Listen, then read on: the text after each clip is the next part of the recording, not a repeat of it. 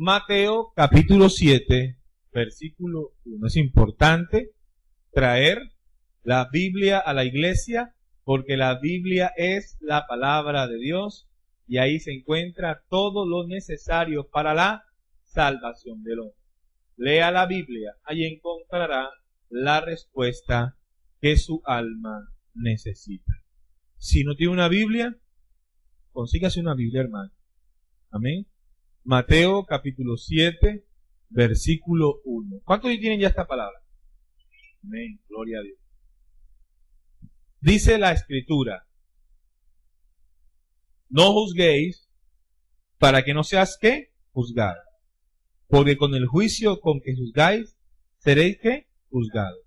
Y con la medida con que medís, se os medirá. ¿Por qué mira la paja que está en el ojo de tu hermano y no echas a ver la viga que está en tu propio ojo? ¿O cómo dirás a tu hermano, déjame sacar la paja de tu ojo, cuando tienes la viga en el tuyo?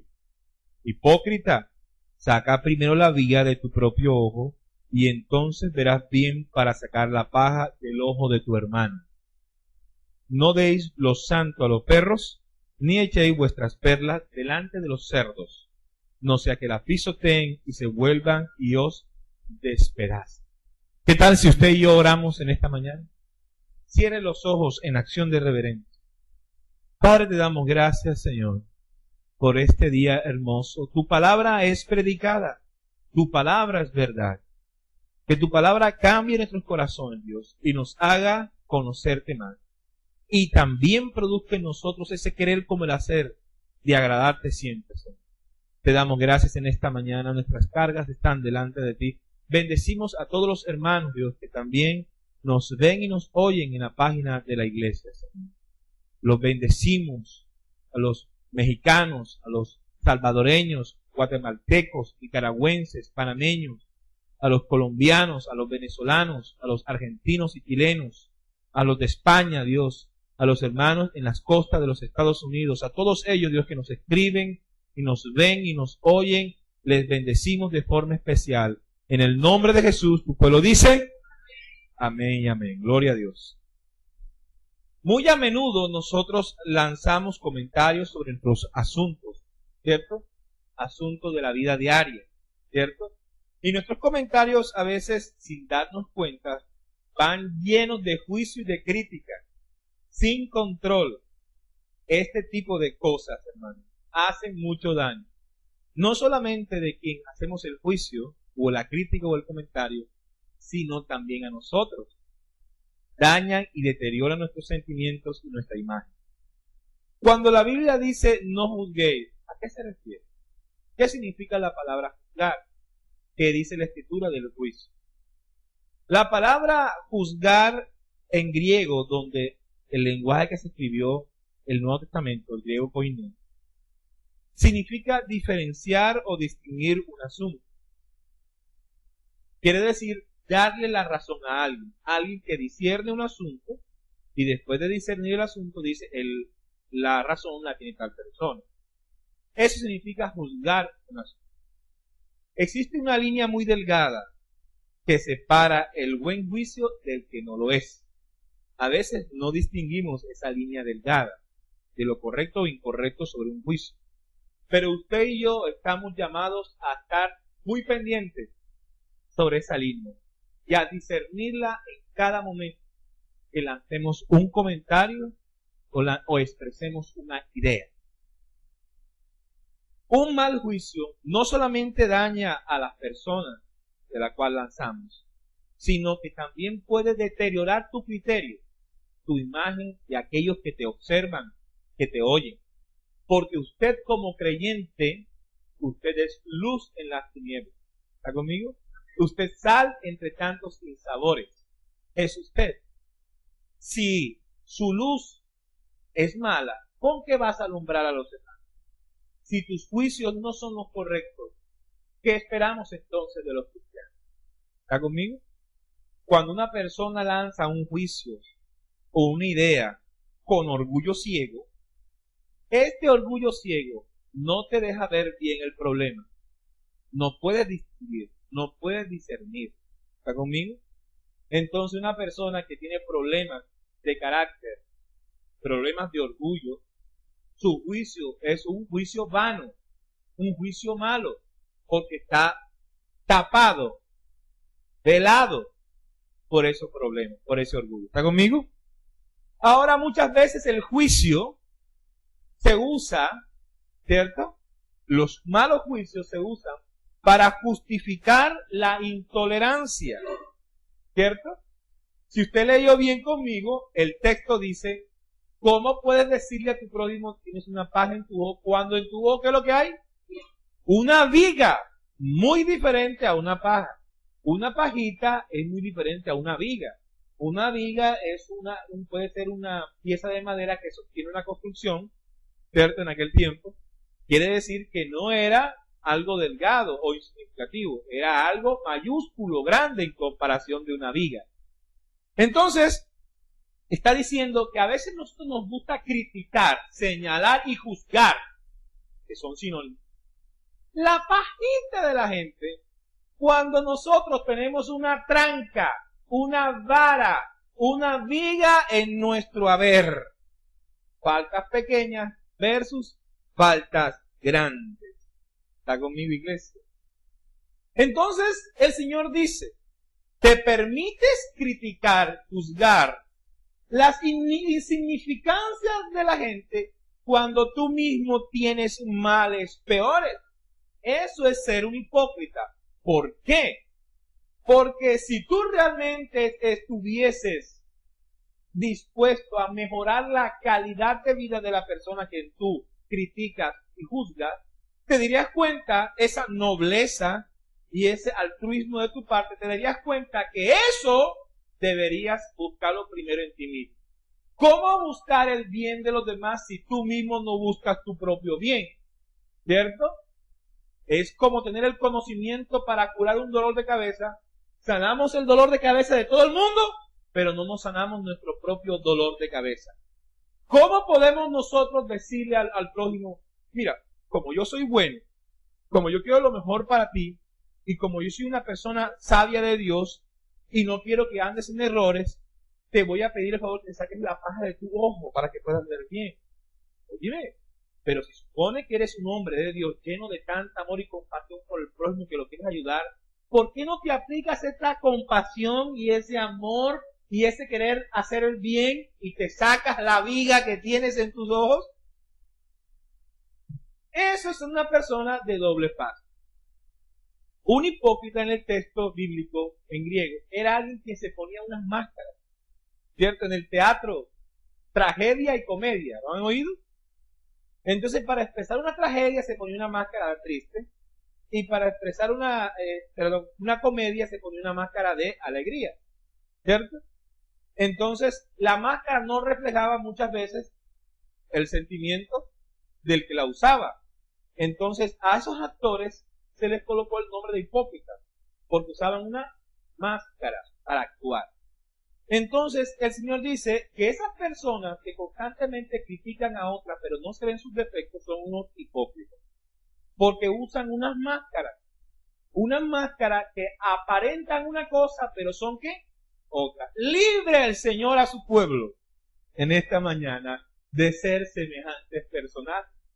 Porque lo que el Señor quiere es que tu justicia no solamente sea para el prójimo, sino sea primeramente para ti mismo. Que lo que está en ti, entonces se refleje en los demás. ¿Alguien puede decir amén?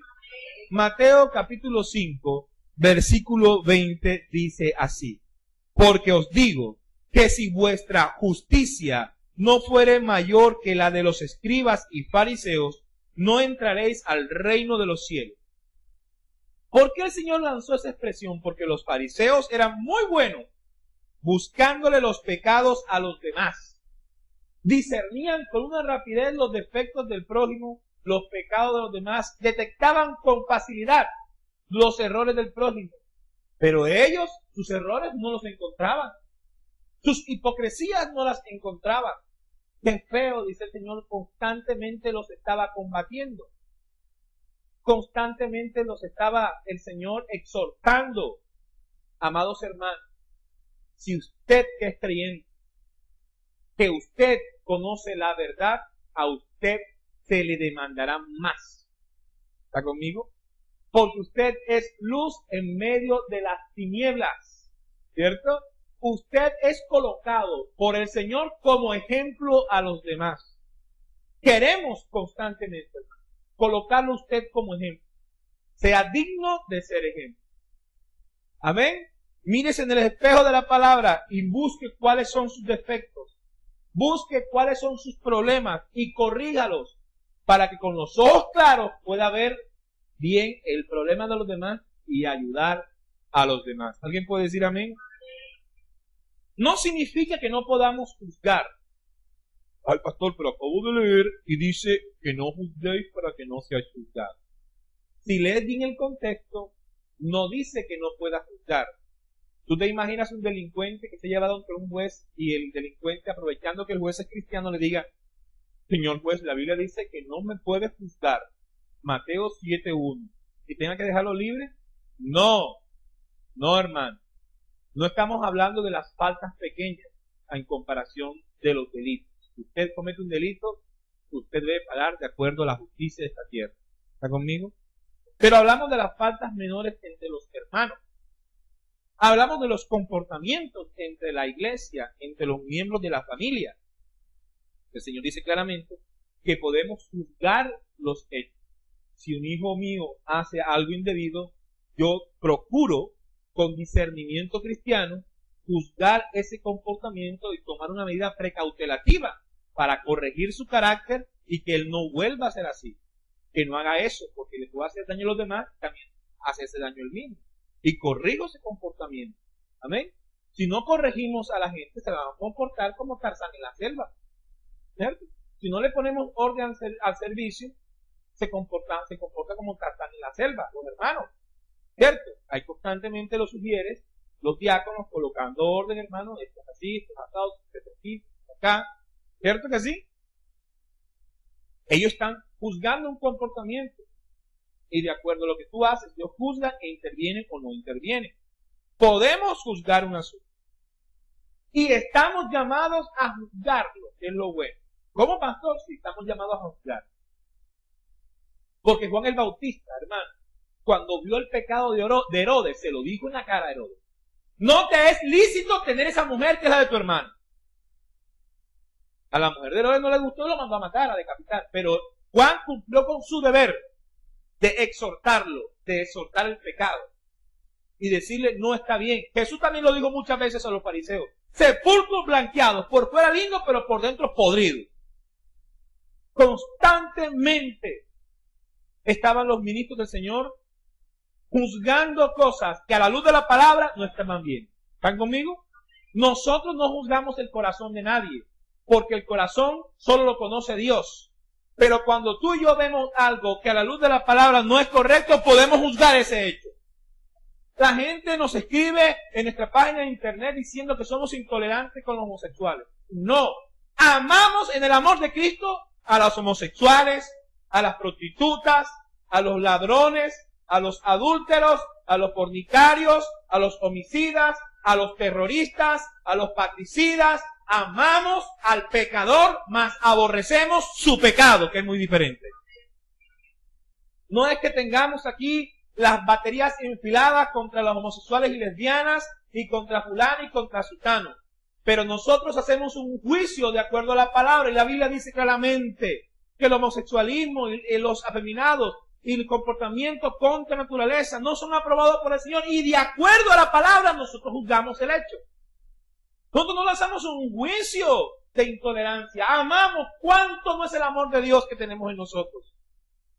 Aquí pueden encontrar el verdadero amor, en la iglesia, en el cuerpo de Cristo. Pero hay que tener claridad que la iglesia no se acomoda al sistema del mundo. Puede que el mundo no juzgue ese tipo de comportamientos y lo tolere. Y lo muestren como algo cotidiano y normal. Pero pasarán los años y la iglesia tendrá el mismo mandamiento y la misma ordenanza. Y reprochamos todo pecado, hermano. Todo comportamiento pecaminoso, la iglesia lo reprocha. Desistimos del pecado. Y podemos lanzar un juicio. Esa práctica está mal. Pero juzgarlo a él, lo que lo llevó a ese pecado, a ese comportamiento, solo Dios lo sabe, conoce el corazón de las personas. Entonces puede que usted no pueda juzgar a las personas y juzgar su corazón dando el dictamen culpable, porque eso solamente lo hace Dios. Pero usted y yo sí podemos decir, esa práctica de pecado está mal. Es incorrecta. A Dios no le agrada. ¿Está conmigo?